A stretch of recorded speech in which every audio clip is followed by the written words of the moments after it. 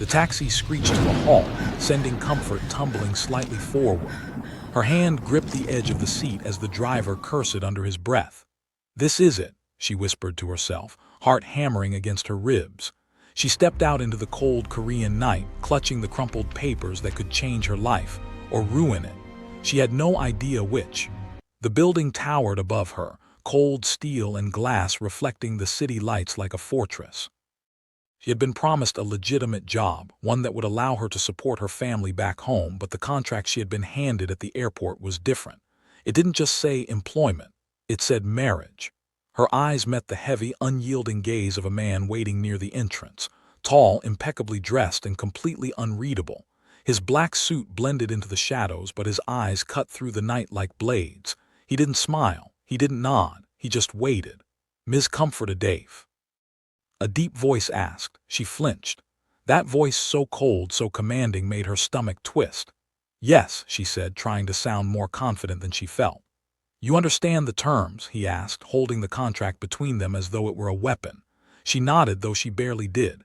She had skimmed the papers, but the words had been overwhelming. Temporary marriage, no personal attachment, stay in Korea legally, follow all household rules. If she refused, she would be deported. Her family depended on her. She swallowed hard. I understand," she said. "Sign," he said, voice clipped. His eyes never left hers. Her pen hovered over the page, trembling. She wanted to run, to scream, to throw the contract into the nearest trash can, but she couldn't. Not when her mother's voice echoed in her mind. "Comfort, your siblings need you. Don't let anyone stop you." Her hand shook as she signed. The sound of the pen scratching across paper felt deafening. The moment it was done, he closed the folder with a sharp snap, his expression unchanged. "You will move in tomorrow," he said. "No excuses." The taxi ride to the apartment was silent. Comfort tried to calm her racing thoughts, but they collided and spun, each one louder than the last. A contract marriage with a stranger. The absurdity didn't even register at first. It was survival. She had to survive. The next morning, she stood outside the towering apartment once more. Her suitcase seemed heavier than she remembered. As she entered, the man, whose name she now knew was Hyun-woo, was already waiting. He didn't greet her. He simply turned, leading her into a minimalist apartment that screamed wealth and control. "This is your room," he said, voice steady. "You will keep it clean. You will follow the schedule. We eat together at 7, nothing more." Comfort nodded, barely daring to breathe. She started, then stopped. Words felt pointless. "Good," he said. His attention immediately returned to his phone. Over the next few days, Comfort learned the rules fast. She cooked, cleaned, and avoided eye contact whenever possible. Hyun-woo was meticulous, demanding, and emotionally distant. At first, she hated him for it. She hated that he could be so cold, so precise, so untouchable. But beneath the surface, she noticed small things, how he made sure the groceries were fresh, how he never complained when she dropped something, how he left her tea by the bedside without a word. It was confusing. One evening she was cooking when he appeared behind her. "Do you always make that much noise?" he asked, voice low, almost casual. "I'm sorry," she stammered, trying not to knock over the pot she was stirring. "You should focus," he said, then paused, watching her carefully. "But good flavor." Comfort froze. Did he just compliment me? Her heart fluttered before she could control it. Days passed, each one a careful balance of following the rules and surviving the emotional strain. Then came the call from home. Her little brother's voice on the phone, cracking and worried, made her stomach twist. She fought back tears as she reassured him. Hyun-woo, standing silently behind her, listened. He didn't interfere. But later, when she was alone, she found a small envelope slipped under her door. Inside was money, enough to send home without using her limited salary. She didn't know if she should be grateful or angry. "Who?" she whispered to herself, then stopped. She didn't dare ask. Hyun-woo never explained. He never smiled. He never acknowledged it. But somehow she felt a strange gratitude toward him. Then the first confrontation came. She was trying to organize the kitchen when she accidentally broke a dish. She froze, expecting a tirade, but Hyun-woo didn't say anything. He just took a deep breath. "This is careless," he said finally. "I'm sorry," she said, bowing her head. "I will not tolerate repeated mistakes," he said, voice firm. "Do you understand?" "Yes," she whispered. "Good," he said, turning away. But as he walked off, she noticed something in his eyes, a flash of frustration. Not anger, frustration. Later that night, she overheard him on a call, his voice soft and almost vulnerable. "Everything must be perfect," he said. Comfort didn't understand the words, but the tone struck her. She realized then that Hyun-woo was under pressure she couldn't even imagine.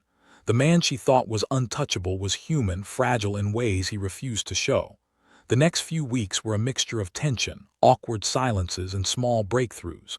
Comfort accidentally spilled tea on his laptop one evening. She braced for an explosion, but he simply sighed, grabbed a towel, and said, "Be more careful next time." His calmness bewildered her. "You're not angry?" she asked, voice trembling. "I am," he said quietly. "Angry that you don't pay attention, not at you." Her heart raced. No one had ever spoken to her like that. It was harsh, yes, but honest. And somehow that honesty was comforting. One night she woke to find him sitting on the balcony, staring at the city lights. The apartment was silent. She didn't know why, but she walked over. "You can't stay awake all night," she said softly. "I have responsibilities," he replied without turning. "I have worries too," she said, voice barely above a whisper. "Family, money, everything." He finally looked at her. "You are strong," he said, and the words caught her off guard. No sarcasm, no distance, just truth. The tension between them began to shift, subtle but undeniable. She noticed the way he lingered in the kitchen when she cooked, how he didn't interrupt when she spoke about her family, how his eyes softened when she laughed, small moments that felt dangerous in their intensity. Comfort tried to push the feelings away. She reminded herself this was a contract, nothing more. Feelings were a liability. And yet, each day, she found it harder to deny the flutter in her chest when he looked at her, the warmth that crept into her chest when he stood close, the confusion that gnawed at her. One afternoon, a man arrived at the door, speaking rapidly in Korean. Comfort didn't understand, but she could tell from his tone that something was wrong. Hyun-woo intercepted, speaking firmly. The man left abruptly, and Comfort felt a wave of fear and relief she couldn't name. "You handled that well," she said, voice trembling. "You should not have worried," he said, eyes sharp. "This is my responsibility." Her chest tightened. Responsibility, care, protection. Words she wasn't supposed to associate with this cold, untouchable man. By the end of the first month, Comfort realized something terrifying. She was starting to rely on him, not just for survival but for emotional support. She hated herself for it, and yet she couldn't stop. And Hyun-woo, he was watching her too. Watching her laugh, watch TV, talk to her family, cry silently at night. Something in his calculated, controlled world was shifting, and neither of them could admit it, not yet. The next morning, Comfort awoke to a faint knock on her door. She groaned, sitting up and brushing her hair back. "Who could that be at this hour?" she muttered. She opened the door to find a delivery man holding a small, inconspicuous package. "For you," he said quickly, disappearing before she could even respond. Curious, she tore the wrapping.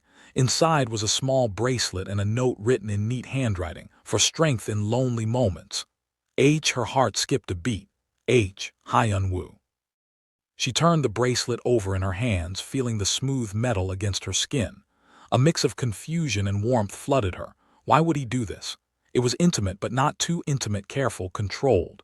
Later that day, as she prepared lunch, Hyun-woo appeared silently behind her. "Did you receive it?" he asked, tone neutral. You sent this?" Her voice barely rose above a whisper. "Yes," he said. His expression was unreadable, but his eyes lingered a second too long. "It is practical, not sentimental." Comfort laughed softly despite herself. "Right, practical." But inside, her heart raced. The days that followed were a blur of small, escalating incidents that kept pulling them closer, whether they liked it or not. A shared cup of coffee in the morning, an accidental brush of hands. While reaching for a pan, late-night discussions about her family, his past, and dreams he never shared with anyone else. One evening she came home exhausted, her bag heavy with groceries. Hyun-woo was already in the kitchen. "You always overdo it," he said, taking a bag from her. "Let me handle some." "I can manage," she said, trying not to stumble over the words. "You shouldn't have to," he said quietly. Then he added, almost as if testing himself, "You shouldn't have to." Comfort froze. The repetition, the emphasis, there was something in it. She opened her mouth to reply, but the words stuck. She felt heat creeping into her cheeks. Then came the first real argument. It was over something trivial, a spilled sauce, a late dinner, but it escalated quickly. "You don't respect me," Comfort snapped, frustration boiling over. "I respect the rules," he shot back. "And rules are necessary." "You're impossible," she yelled. "You act like I'm a child, like I can't make one mistake without disaster." He stared at her, jaw tight. "And you act like rules don't matter. Do you think I want this arrangement? Do you think I enjoy pretending to be someone I'm not?" Her anger faltered, replaced by shock. "Pretending," she whispered. "Yes," he said, voice low. "Every day I pretend to be detached, untouchable, unemotional. You see a man who doesn't care, but that's a shield. You have no idea how much control I've given up to survive." Comfort's breath caught. She had seen him as untouchable, cold, untouchable. But now she glimpsed vulnerability, something raw, something dangerous to her heart. Before she could respond, he turned sharply and left the kitchen, leaving her standing alone amidst the chaos of spilled sauce and emotions. That night she couldn't sleep. Thoughts of him, of the fight, of the sudden vulnerability he had revealed, kept her awake. She knew it was forbidden, she reminded herself constantly. This was a contract, nothing more. But the image of him leaving, jaw tight, eyes dark with restrained emotion, lingered in her mind. A week later, a knock came at the door. This time it wasn't a package. It was a visitor, a young woman, elegant and composed, who introduced herself as a lawyer. She carried documents, and her gaze flicked briefly to Hyun-woo before meeting Comfort. "You must be Ms. Adave," she said politely. "I am here on behalf of Mr. Hyun-woo. Please follow me." Confused, Comfort followed. They entered Hyun-woo's study, where he sat waiting. The lawyer handed her a folder. "These are legal documents," she said. "Your contract marriage is being scrutinized due to irregularities. You may have options, terminate early, adjust terms, but you must understand the consequences." Comfort's stomach dropped. Options, consequences. She had signed to survive, never imagining that someone might contest it or that she could walk away. The weight of reality hit her in a way she hadn't prepared for. Hyun-woo's gaze was steady. "I did not expect this complication," he said quietly. "It is unfortunate." "Unfortunate?" she asked, incredulous. "I'm the one living in this apartment, following every rule, adjusting my life. Unfortunate?" He didn't answer. Days turned into tense negotiations, legal meetings, and whispered phone calls that Comfort couldn't understand. She felt her control slipping, fear gnawing at her resolve. And through it all, Hyun-woo remained an enigma, calm, collected, yet increasingly unguarded when she was around. One afternoon, as she sorted through groceries, Hyun-woo spoke from the doorway. "You are resilient," he said. "Most people would crumble under these pressures." Her cheeks warmed. "I have to survive," she murmured. "Not just survive," he said softly. "Thrive." The weight of his words lingered. Comfort realized that in this strange, forced marriage he had become a pillar. She wasn't sure if it was comfort or dependency or something more dangerous, trust. Then came the first real danger. While walking home from the market, a man approached her. His Korean was broken, urgent, and threatening. Comfort didn't understand every word, but the tone screamed trouble. She froze, and instinctively she pulled out her phone to call Hyun-woo. Within minutes he appeared, calm but lethal in presence. The man froze under his gaze. Hyun-woo spoke firmly, something she didn't understand, but the man stepped back, muttered an apology, and vanished. Comfort's knees weakened. "Who was that?" she asked shakily. "My business," he said, tone sharp. Then softer, almost tenderly, "You are not to be harmed, not under my watch." Something inside her cracked. Fear, relief, and a strange warmth combined. She realized she had never felt so protected, not even in her own home, not even with anyone back home. That night she lay awake thinking of him. The image of his dark eyes, calm but dangerous, haunted her thoughts. She hated the intensity of it, the way her chest ached at the thought of him, and yet she couldn't stop thinking. Hyun-woo, meanwhile, stared at the city from his balcony. Thoughts of Comfort invaded his carefully controlled mind. He had promised himself to remain detached, to treat her like a tenant in his life rather than a woman who mattered. And yet her laughter, her stubbornness, her unwavering will to survive had crept past his defenses. The tension was becoming unbearable. Every glance, every small gesture carried weight. Neither of them admitted it, not yet. But the distance between rules and emotions was shrinking. faster than either of them could control. One evening, Comfort accidentally knocked over a vase. The crash echoed in the apartment. She braced for his anger, but Hyun-woo didn't yell. He simply bent down, picking up the pieces. "You are careless," he said quietly. "I'm sorry," she whispered. "You have grown," he said almost under his breath. Comfort blinked. "Grown?" He didn't answer, just stood, walked to the window and stared out. She caught herself staring at him, feeling the pull she had tried to ignore. It was dangerous and she knew it. A few nights later, she woke to find him standing near her door. "Do you sleep well?" he asked quietly. "I try," she said. "You worry too much," he said. His voice was softer than usual, almost human. "I can't help it," she admitted. "You must learn," he said, and for a moment the shield was gone. Vulnerability peeked through. Comfort felt her heart hammer. This was no longer just survival. Something deeper, more complicated, was growing between them, and neither of them could deny it. The morning air was crisp, and Comfort stepped onto the balcony to breathe in the city skyline. The apartment was unusually quiet, too quiet, and a strange unease crawled over her. She turned to find Hyun-woo already there, his silhouette outlined against the rising sun. "You're up early," she said, trying to sound casual, though her voice trembled slightly. "I couldn't sleep," he said simply, eyes distant. "The arrangements, they weigh on me." She nodded, understanding more than she wanted to admit. The contract, the family pressures, her past, the sudden threats, it was heavy on both of them. "I've been thinking," she started hesitantly, "maybe I could help more with whatever you're dealing with." He didn't respond immediately, but when he finally spoke, there was a softness in his voice she had never heard before. "You are not responsible for my burdens." "But I want to be," she insisted. "We're in this together, somehow." For a moment the distance between them disappeared. Comfort could feel it, an invisible thread pulling them closer. Hyun-woo looked at her, and she swore she saw a flicker of something more than calculation in his eyes. Then reality crashed back. He turned sharply. "Breakfast." 7 o'clock, nothing else. That evening, Comfort returned from the market to find the apartment door ajar.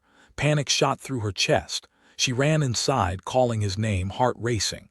Hyun-woo was sitting in the living room, unperturbed, but beside him was the same man who had confronted her before. This time the man looked angry, desperate. "Who is he?" Comfort demanded, voice shaking. "I will handle this," Hyun-woo said, standing and moving toward the man. "You will leave now before things become unpleasant." The man hesitated, but Hyun-woo's presence was commanding, almost dangerous. He backed away, muttering something unintelligible before disappearing into the night. Comfort collapsed onto the sofa, heart pounding. "Why does this keep happening?" she whispered. "Because your past follows you," Hyun-woo said quietly, "and because some things are unavoidable." She looked up at him, confusion and fear battling with an unspoken thrill. You protect me so much, but I don't understand why." "Because you matter," he said simply. Then after a pause added, "more than you realize." Her chest tightened. That one sentence, so simple, shook something deep inside her. She had tried to suppress her feelings, to remind herself that this was a contract, but now she couldn't ignore the pull between them. The next few days were a dangerous dance of proximity and restraint. A brush of hands while carrying groceries, late-night discussions in the kitchen, accidental closeness while reaching for a book. Each moment was electric, loaded with unspoken emotion. One night, Hyun-woo asked her to join him in the study. "We need to discuss the legal matters," he said. Comfort entered, expecting a dry conversation. But instead, he closed the door behind her and gestured for her to sit. Papers lay on the desk, but his eyes were fixed on her. "You've changed," he said quietly. "You're no longer the same person who arrived here scared and cautious." "I had to," she said, "for my family, for survival." "And yet you've done more than survive," he said, leaning slightly closer. "You've made me see things differently." Her pulse raced. "See things?" "Yes," he said, voice low, almost a whisper. "About trust, about connection, about people." Before she could respond, a sudden crash from the kitchen startled them both. Comfort jumped, and Hyun-woo moved instinctively to protect her, shielding her from a toppled shelf. "Are you all right?" he asked, his hand brushing against hers briefly. The touch lingered longer than necessary. Comfort felt heat rush to her cheeks. Yes," she stammered. He didn't release her hand immediately, and for a moment silence hung between them, heavy and electric. Days later, Comfort received a message from home. Her little brother had fallen ill and her mother pleaded for her return. Panic and guilt gnawed at her. She couldn't leave, but she also couldn't ignore her family. Hyun-woo noticed her distress immediately. "What's wrong?" he asked. "I need to go home," she admitted. "My brother, he's sick." "You will go," he said firmly. "I will make the arrangements." Comfort stared at him. "Why, you don't owe me this." "I do not owe you," he said, "but I care. That is reason enough." The word struck her like lightning. Care. It wasn't just responsibility or obligation. It was genuine concern, and it made her heart ache in ways she hadn't expected. As she prepared for the trip home, they shared a rare, unguarded moment. Hyun-woo helped her pack, his hands brushing hers repeatedly. Each touch sent a shiver through her, and she noticed the way his gaze lingered, intense and unreadable. "You must take care of yourself," he said quietly, "and do not let worry consume you." "I thank you," she said softly, feeling her emotions overwhelm her. "You do not need to thank me," he said, voice low. "Just return safely." When she left for the airport, she couldn't shake the feeling of his eyes on her. The distance between them made her heart ache in a way she hadn't anticipated. During the week at home, she was haunted by thoughts of him. She missed the small routines, the protective gestures, the rare moments when his walls slipped. And she realized with growing clarity that she was falling for him, completely, irreversibly. Meanwhile, Hyun-woo's world had been thrown off balance in her absence. He found himself checking his phone, expecting messages from her, feeling irritation when there were none. He hadn't realized how much her presence had affected him until it was gone. When she returned, there was a storm waiting for her, not outside, but inside the apartment. Papers had been misplaced, a delivery was late, and Hyun-woo's usually calm demeanor was replaced with a tense, restless energy. "You're late," he said sharply. "I'm sorry," she said, trying to hide her anxiety. "You should not apologize for being gone," he muttered, almost to himself. But he stopped, struggling with the words. "I do not like it." Comfort felt her heart leap. "You care," she whispered. "Yes," he admitted finally, voice barely audible. "More than I should." That night they shared a rare, quiet dinner. Words were few, but the tension was thick. Every glance, every movement carried weight. Comfort realized that the rules of the contract had shifted. They were no longer merely bound by obligation. Something deeper was stirring, unspoken but undeniable. Then the unexpected happened. A letter arrived, unsigned, threatening exposure of a secret from her past. Comfort froze, panic rising. Hyun-woo took the letter from her hands without a word, scanning it quickly. "This is a problem," he said finally, jaw tight. "But it will not affect you. I will handle it." Comfort's chest tightened. She felt a mix of fear, relief, and a dangerous thrill. He's protecting me again. In that moment, she realized how much she had come to depend on him, not just for safety, but for emotional support. Her feelings had deepened beyond anything she had anticipated, and the knowledge terrified her. Hyun-woo, meanwhile, found himself unable to ignore his own emotions. The way she looked at him, the small gestures, the vulnerability she allowed him to see, it was dismantling the walls he had built around himself for years.